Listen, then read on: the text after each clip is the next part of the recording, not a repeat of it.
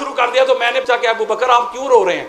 تو حضرت ابو بکر کہتے ہیں 3 کام مجھے رلا رہے ہیں. میری بات فالو کریں، گستاخی نہیں کر رہا، او یار دلائل دے رہا ہوں. گستاخی کے فتوے تو وہ لگائیں گے نا جن کے پاس دلیل ہو نا.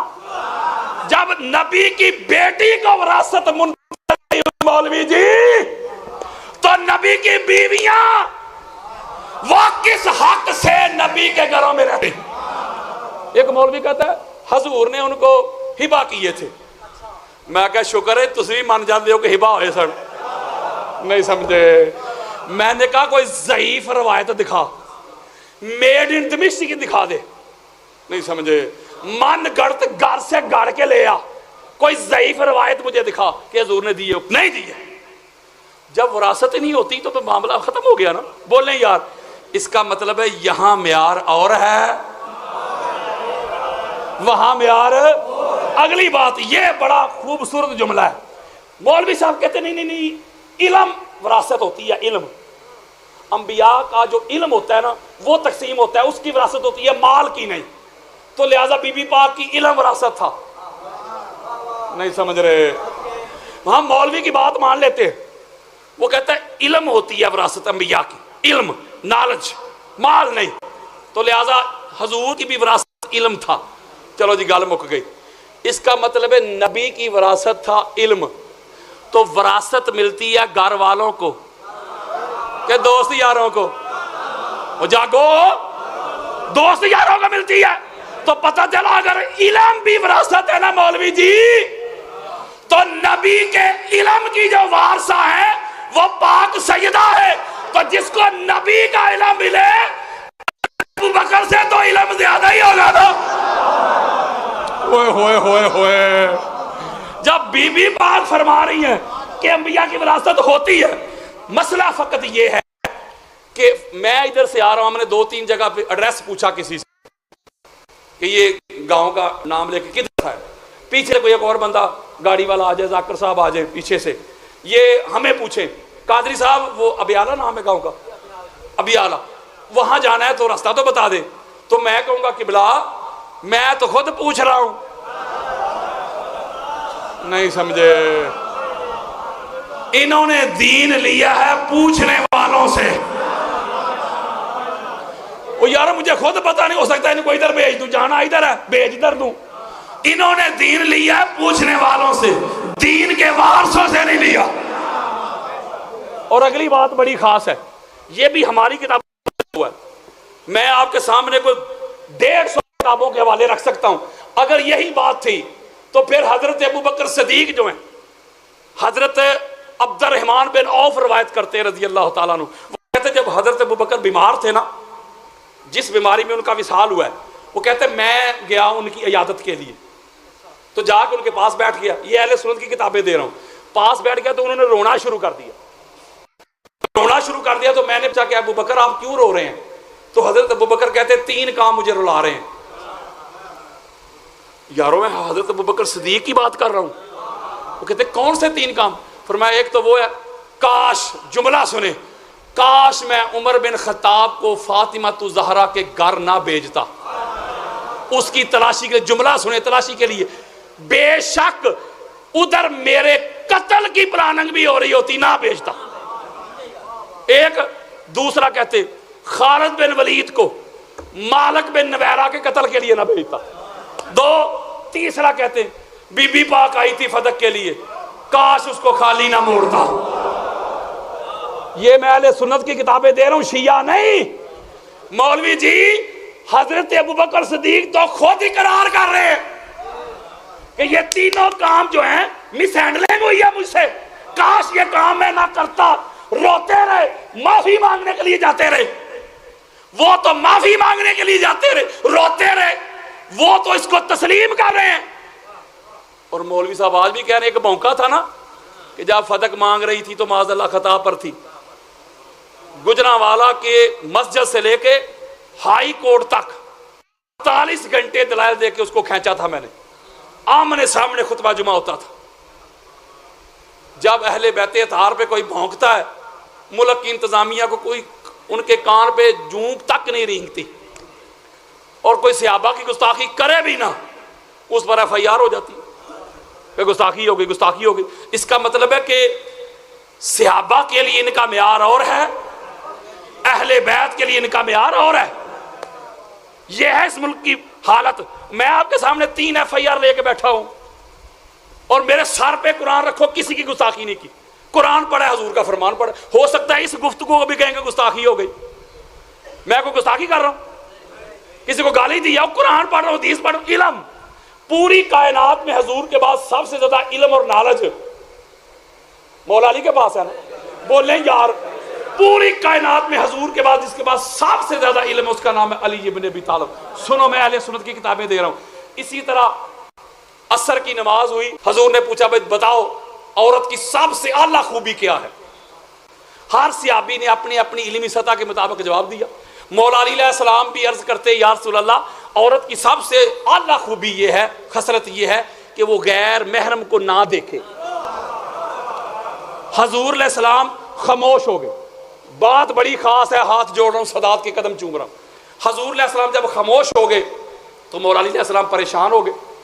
یا رسول اللہ میرا جواب ٹھیک نہیں؟ آقا علیہ السلام فرماتے ہیں کہ تیرا جواب 100% درست نہیں. مولا علیہ السلام بڑے پریشان ہو گئے. پریشانی کی عالم، پریشانی تو بنتی تھی نا. حضور کے بعد اتنا زیادہ جس کے پاس علم ہو، نالج ہو، فہم ہو، ادراک ہو، شعور ہو، جبریل بھی جس کا شاگرد ہو، تو پریشانی تو بنتی تھی. گھر تشریف لے پریشانی کی حالت میں. پاک سیدہ نے جب مولا علی علیہ السلام کے چہرے کو دیکھا تو فرماتی ہیں علی پریشان کیوں ہیں؟ مولا علی علیہ السلام فرماتے ہیں کہ فاطمہ، حضور نے ایک سوال پوچھا تھا کہ عورت کی سب سے بہترین خوبی کیا ہے، خصلت کیا ہے، ایٹریبیوٹ کیا ہے؟ تو میں نے کہا تھا یا رسول اللہ عورت کی سب سے اعلیٰ خوبی یہ ہے کہ غیر محرم کو نہ دیکھے. حضور نے جواب قبول نہیں کیا، اس لیے پریشان. تو پاک سیدہ فرماتی ہیں علی نہیں، عورت کی سب سے اعلیٰ خوبی یہ نہیں کہ غیر محرم کو نہ دیکھے. عورت کی سب سے اعلیٰ خوبی یہ ہے کہ خود کو ایسے رکھے غیر محرم اسے نہ دیکھے. لو جی، یہ جواب لے کے مولا علی علیہ السلام مغرب کی نماز کے لیے چلے گئے مسجد نبوی. نماز ہو گئی. حضور علیہ السلام نے جب سلام پھیر دیا تو مولا علی علیہ السلام عرض کرتے یا رسول اللہ آپ نے سوال پوچھا تھا، جواب دینا چاہتا ہوں، بتاؤ جواب. یا رسول اللہ جواب یہ دینا چاہتا ہوں، آپ نے کہا تھا نا عورت کی سب سے اعلیٰ خوبی کیا ہے؟ تو عورت کی سب سے اعلیٰ خوبی یہ ہے کہ خود کو ایسا رکھے کہ غیر محرم اسے نہ دیکھ سکے. تو میرے اور آپ کے پیارے آقا، حدیث میرے موبائل میں پڑھی ہے، کسی کو چاہیے. میرے آقا نے مسکرا کے فرمایا علی کس سے پوچھ کے آئے ہو؟ یا رسول اللہ فاطمہ تو زہرا سے پوچھ کے آیا ہوں. قال رسول اللہ صلی اللہ علیہ وآلہ وسلم ان فاطمہ تو بضعۃ منی. میرے آقا فرماتے ہیں ہاں علی، اس کا جواب فاطمہ ہی دے سکتی تھی، فاطمہ میرا ٹکڑا ہے. مولوی جی حیا کر، شرم کر، اگر غیرت ہے تو جا چلو پر پانی میں ڈوب مر. پاک محمد کے بعد جو ساری کائنات سے بڑا عالم ہو، جس کے پاس علم ہو، فہم ہو، ادراک ہو، شعور ہو، اس علی المرتضیٰ کی جو بی بی استاد بن جائے، اس بی بی کو اتنا تو علم ہوگا نا کہ انبیاء کی وراثت ہوتی ہے کہ نہیں. ہوئے ہوئے ہوئے ہوئے ہوئے، یہ جو بدعت منی ہے نا، بدعت منی، بس کلوزنگ کرنے لگا ہوں، پریشان نہ ہو. یہ جو بدعت منی ہے، ایک روایت میں حضور نے فرمایا فاطمہ تو مدغۃ منی. جو ادھر سادات بیٹھے ہوئے ہیں ان میں کہ میں قدم چوم کے کہ یہ نقطہ بڑا خاص سمجھانے لگا ہوں آپ کو. فاطمہ تو مدغۃ منی. امام احمد بن حنبل یہ حدیث لے کے آئے. مدغہ، what is the definition of مدغہ؟ مدغہ کیا ہے؟ فاطمہ میرا مدغہ ہے. سورہ حج کی آیت نمبر 5 پڑھیں. اللہ نے رحم مادر میں بچے کی جو پرورش کا پروسیس ہے اس کو بیان کیا. اللہ کہتا ہے میں نے تمہاری جو کیمیائی تخلیق ہے وہ تو مٹی سے کی، اور جو حیاتیاتی ہے وہ کی نطفہ سے، ثم من نطفۃ ثم من علقۃ ثم من مضغۃ. اب بولو یار، رحم مادر میں نطفہ آتا ہے، پھر اگلی سٹیج علاقہ بن جاتا ہے، ہینگنگ میس بن جاتا ہے، جالا سا بن جاتا ہے. تیسرا مدغہ. اللہ کا قرآن کہتا ہے جب مدغہ تو مدغہ میں اللہ روح ڈالتا ہے. خاصاں دی گل ہم آگے حضرات قال رسول اللہ صلی اللہ علیہ وآلہ وسلم فاطمہ تو متغا تو منی لوگوں فاطمہ محمد کا وہ ٹکڑا ہے فاطمہ محمد کا وہ حصہ ہے فاطمہ میں محمد کی روح بستی ہے اور قرآن پڑھو حدیث پڑھو مدغہ دل کو بھی کہتے ہیں صحیح مسلم میں حدیث ہے آقا علیہ السلام فرماتے ہیں کہ ان فی الجسد مدغۃ انسان کے جسم میں ایک مدغہ ہوتا ہے مدغہ اذا صالحت صالح الجسد کلہ واذا فسدت فسد الجسد کلہ اگر وہ سمر جائے سارا جسم سمر جاتا ہے بگڑ جائے سارا جسم بگڑ جاتا ہے الا وہی القلب وہ مدغہ انسان کا دل ہے میں ایک بات آپ سے پوچھتا ہوں ٹکڑوں ٹکڑوں میں بھی فرق ہوتا ہے یہ ہاتھ ٹکڑا نہیں جسم کا بولو بے شمار آپ نے لوگ دیکھے جن کے ہاتھ نہیں زندہ ہے پاؤں بھی ٹکڑا ہے جسم کا حصہ ہے بے شمار لوگ دیکھے ہوں گے جن کے پاؤں نہیں زندہ ہے ایک آنکھ نہیں زندہ ہے ایک گردہ نہیں زندہ ہے نہیں سمجھ رہے دنیا میں کوئی ایک بندہ تو مجھے دکھا دے جس کا دل نہ ہو اور وہ زندہ ہو بولیں نہیں نہ رہ سکتا دل مرکزی پارٹ ہے پورے جسم میں خون سپلائی کرتا ہے اس کو پیور کرتا ہے اس کی صفائی کرتا ہے بولو یار حضرات میرے آقا نے فرمایا لوگوں فاطمہ محمد کا دل ہے یہ جو محمد تمہیں چلتا پھرتا اٹھتا بیٹھتا نظر آتا ہے یہ جو سانسیں چلتی نظر آتی ہے جو رگوں میں خون دوڑتا نظر آتا ہے اس جسم کا دل فاطمہ بطول زہرا ہے سلام اللہ علیہا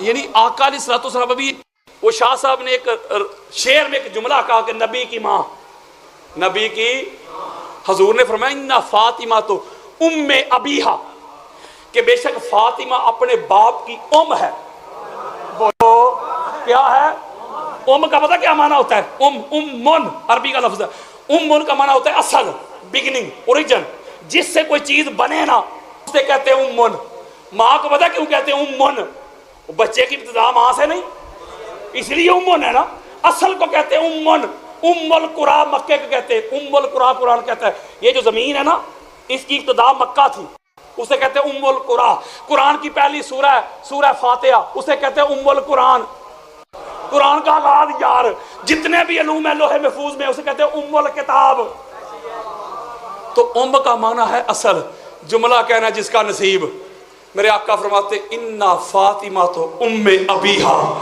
لوگوں فاطمہ اپنے باپ کی ام ہے یا رسول اللہ ساری کائنات کی ام تو اب ہے ساری کائنات کی اصل اوریجن مبدا بگننگ جڑ روٹ فاؤنڈیشن بنیاد تو آپ ہیں کوئی آپ کا بھی آغاز ہے میرے آقا نے فرمایا لوگوں محمد کی اصل کا نام زہرا ہے محمد کی بگننگ کا نام زہرا ہے محمد کے مبدا کا نام زہرا ہے جس نور سے اللہ نے محمد کو بنایا ہے اسی نور سے اللہ نے زہرا کو بنایا ہے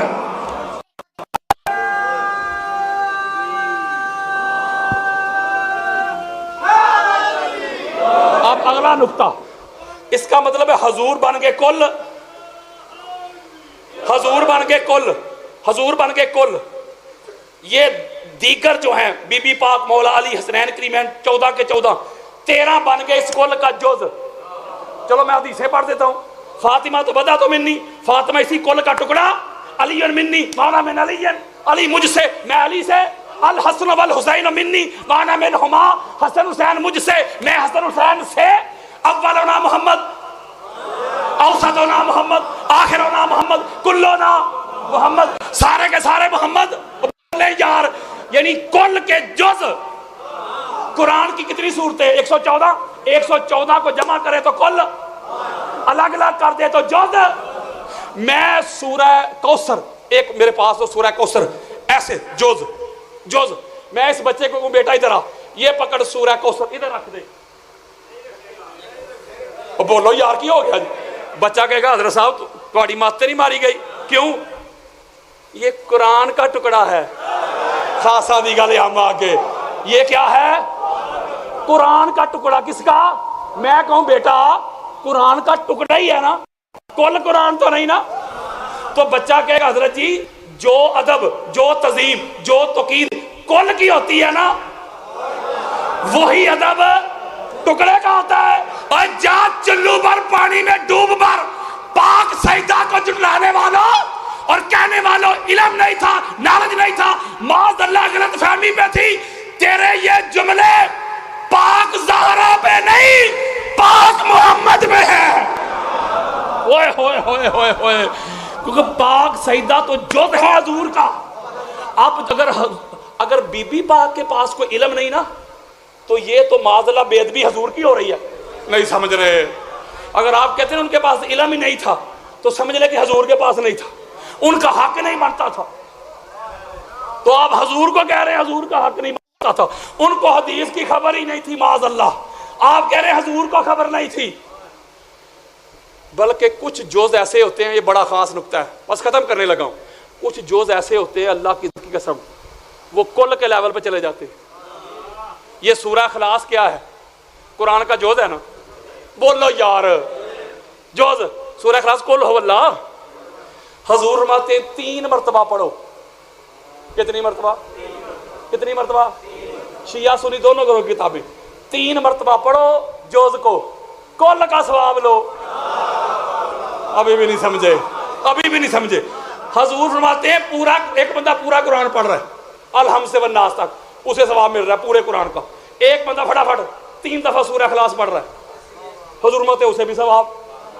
تو مان لیا نا پھر کچھ جوز ایسے ہوتے ہیں بلکہ یہ جو قرآن کے جوز ہے بس بڑی خاص بات دے رہا ہوں یہ جو قرآن کے جوز ہے الگ الگ 114 ہے نا یہ جو جوز ہوتے ہیں ان کا اپنا اپنا رنگ اور روپ ہوتا ہے ان کی اپنی اپنی صفات ہوتی ہیں ایٹریبیوٹ ہوتی ہیں الگ الگ سے جوز کی مثلا سورہ کوثر کو پڑھ کے دیکھیں اس میں قرآن کا کوئی اور رنگ ہے سورہ اخلاص پڑھ لیں توحید اس میں کوئی اور رنگ ہے سورہ رحمان پڑھ لیں اور رنگ ہے مزمل پڑھ لیں اور رنگ ہے آل عمران پڑھ لیں اور رنگ ہے بقرہ پڑھ لیں اور رنگ ہے بولو یار قرآن کے الگ الگ رنگ ہے نا جمع کرو تو کل قرآن حضرات 14 کو الگ الگ کر کے دیکھے تو یہ الگ الگ محمد کے رنگ ہیں روپ ہے صفات ہے ایٹریبیوٹ ہے کسی نے محمد کی عظمت دیکھنی ہو علی کو پڑھ کے دیکھ لو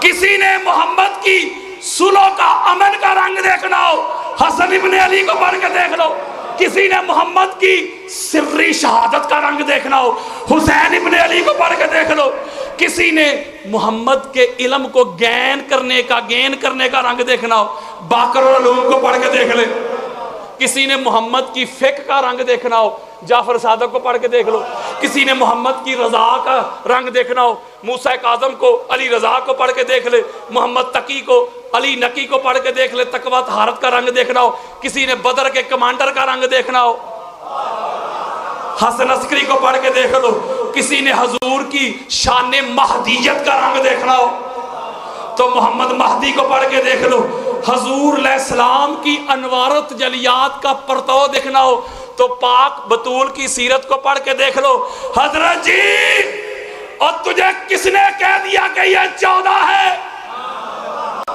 ان کو الگ الگ کرے تو محمد کے الگ الگ رنگ ہے روپ ہے صفات ہے ایٹریبیوٹ ہے مظاہرے ہیں جمع کریں تو محمدیت کا عمل ہوتی ہے صلی اللہ علیہ وآلہ وسلم اس لیے میرے دوستوں میرے بزرگوں پاک منبر پہ ہاتھ رکھ کے کہہ رہا ہوں ساری رات کتب حدیث کے سمندروں میں گوتے لگاتا ہوں 25 سے زیادہ اہل بیت کی عظمت پہ میں نے کتابیں لکھی ہیں لاکھوں حدیث مصطفیٰ کے میں نے جام پیے ہیں میرے سر پہ کتابیں پڑھی ہوتی ہیں میرے دائیں بائیں ارد گرد کتابیں پڑھی ہوتی ہیں مجھے آج تک سمجھ نہیں آئی کہ اہل بیت کون تھے یہ دنیا میں کس رنگ میں آئے یہ دنیا میں کس روپ میں آئے ان کی حقیقت کو میں نہیں جان سکا یہ اللہ کا نور ہے اللہ نے کہہ دیا میں اپنا خدا ہونا بھی ظاہر نہ کرتا اگر ان کو ظاہر کرنا میرا مقصود نہ ہوتا اسی لیے میرے اور آپ کے پیارے آقا نے فرمایا تھا ابو بکر علی کون ہے علی کیا ہے؟ علی کی حقیقت کو جاننے کی کوشش نہ کرنا. علی کی حقیقت کو یا محمد جانتا ہے یا محمد کا خدا جانتا ہے. میرے دوستوں، میرے بزرگوں، اللہ کا قرآن، مصطفیٰ کا فرمان اپنے صحابہ کو جاتے وقت حضور علیہ السلام یہی تلقین کر کے گئے، یہ تاکید کر کے گئے کہ قرآن اور اہل بیت دونوں جڑے ہیں. ان کی دہلیز پہ رہنا، ان کی بارگاہ میں جھک کے رہنا، ان کی میت میں رہنا، ان کی غلامی میں رہنا، ان کی نوکری میں رہنا، ان کی چاکری میں رہنا، واہ کیا اجر رسالت دیا امت نے. ادھر حضور کے جانے کی دیر تھی، یار لوگ اسی گھر کے دشمن بن گئے، اسی گھر کے دشمن بن گئے. پاک سیدہ روتی ہوئی کائنات سے تشریف لے کے چلی گئی. مولا علی علیہ السلام کو حالت سجدہ میں شہید کر دیا گیا. شہید کرنے والے کون تھے؟ مسلمان. مولا حسن کو زہر دے کے شہید کر دیا گیا. شہید کرنے والے مسلمان. مولا حسین کو 72 نفوس قدسیہ کے ساتھ کربلا کے ریگزار میں پیاسا شہید کر دیا گیا. اللہ کے کتے اور خنزیر بھی پانی پی رہے تھے. شہید کرنے والے کون تھے؟ مسلمان. امام سجاد کو، امام باقر کو، جعفر صادق، موسیٰ کاظم، علی رضا، محمد تقی، علی نقی، حسن عسکری علیہم السلام چن چن کے حضور کے شہزادوں کو شہید کیا گیا. شہید کرنے والے کون تھے؟ مسلمان. مسلمان تھے. جس گھر سے دین لیا، جس گھر سے ہدایت ملی تھی، جس گھر سے نماز ملی، جس گھر سے روزہ ملا، جس گھر سے حج اور عمرے ملے، جس گھر سے قرآن ملا، جس گھر سے انسانیت ملی، جس گھر سے توحید ملی، جس گھر سے رسالت ملی، جس گھر سے امامت ملی، جس گھر سے عدالت ملی، جس گھر سے فصاحت ملی، جس گھر سے بلاغت ملی، جس گھر سے نفاست اور طہارت ملی، جس گھر سے اخلاق اور کردار ملے، گفتار ملی، اسی گھر کے دشمن بن گئے. میرے دوستوں، میرے بزرگوں، میرے سنی بھائیوں، اوے رب دا واسطہ جے اہل بیت کو شیعہ کے کھاتے میں ڈال کے کبوتر کی طرح اپنی آنکھیں بند نہ کرنا. اگر اہل بیت عقیدے سے نکل گئے، اگر اہل بیت ایمان سے نکل گئے، اگر اہل بیت نماز سے نکل گئے، روزے سے نکل گئے، حج سے نکل گئے، عمرے سے نکل گئے، نہ نماز رہے گی، نہ روزہ رہے گا، نہ حج رہے گا، نہ دین رہے گا، نہ اسلام رہے گا، نہ ایمان رہے گا. اہل بیت کے بغیر گزارا نہیں، اہل بیت کے بغیر چارہ نہیں. میں نگر نگر، ملک ملک، بستی بستی، کریا کریا، گاؤں گاؤں یہ صدا دے رہا ہوں، یہ ندا دے رہا ہوں، یہ پکار دے رہا ہوں، یہ آواز دے رہا ہوں. میں حضرت ابو ذر غفاری کی سنت کو ادا کر رہا ہوں. آؤ اس گھر کے منگتے بنو، اس گھر کے بھکاری بنو. اپنا اوڑھنا، بچھونا، جینا، مرنا، اٹھنا، بیٹھنا، اس گھر کی غلامی کر لو، نوکری کر لو، چاکری کر لو. امام ابن عساکر اپنی تاریخ میں ایک روایت لے کے آئے، اس پہ ختم کرنے لگا ہوں، 2 لائنیں ہیں. وہ روایت لے کے آئے کہ ایک روز امام ابن عساکر، پڑھی لکھی بات کر رہا ہوں، وہ کہتے ہیں ایک روز غازی عباس علیہ السلام شہزادہ علی اکبر کو نیزہ بازی کا فن سکھا رہے تھے.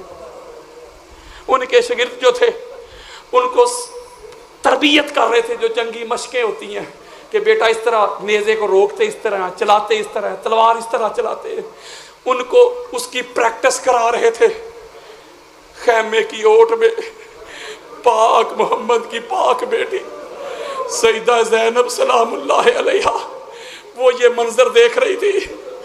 اپنی بیٹی کو گود میں بٹھا کر اس کے منہ میں لقمے ڈالنے والوں، اپنی بیٹیوں کی زلفیں سنوارنے والوں، اپنی بیٹیوں کو شہزادی رانی کہنے والوں، ان کے لاڈ لڈانے والوں، بڑے بازار میں آپ کی بیٹی کا نام آ جائے تو مرنے مارنے پہ اتر آنے والوں، کوئی میری بیٹی، کوئی آپ کی بیٹی، کوئی زید کی بیٹی، کوئی بکر کی بیٹی، یہ محمد کی پاک بیٹیاں جن کے نموز کے لیے چاند چھپ جاتا تھا، سورج بادلوں میں گھس جاتا، ملک الموت دروازے پہ کھڑا رہتا، جبریل امین اندر جانے کی ہمت نہ کرتا، جن کو مدینہ کی گلیوں کی خبر نہیں تھی، بازار کا پتہ نہیں تھا کتنے موڑ ہیں، کتنے چوک ہیں، جنہوں نے نانا جان کی قبر انور کی زیارت کرنا ہوتی تو سیاہ رات کا انتظار کیا جاتا تھا. وہ پاک محمد کی پاک بیٹی ثانی زہرا، پاک سیدہ کی تو ثانی یہ ہے، بی بی زینب کی کوئی ثانی نہیں کائنات میں. آپ خیمے کی اوٹ سے یہ منظر دیکھ رہی ہیں. یکا یک اچانک مشق کے دوران ایکسرسائز کے دوران غازی عباس نے نیزے کا منہ شہزادے علی اکبر کی طرف کر لیا. پاک سیدہ خیمے کی اوٹ میں یہ منظر دیکھ رہی تھی, بے ہوش ہو کے گر پڑی. سیدہ ام کلثوم صدا دیتی ہے, غازی عباس نیزہ نیچے کر لے. علی اکبر کی پھپھو جان بے ہوش ہو گئی ہے. پاک سیدہ مشق کے دوران, ایکسرسائز کے دوران آپ سے تو شہزادے علی اکبر کی طرف نیزے کا منہ ہونا بھی برداشت نہیں ہوتا تھا. اس وقت آپ پر مصیبت کے کتنے پہاڑ ٹوٹے ہوں گے. اس وقت آپ کی کیفیت, آپ کی برداشت, آپ کی حالت کیا ہوگی جو مولا حسین شہزادے علی اکبر کی چھاتی سے کچا تھا.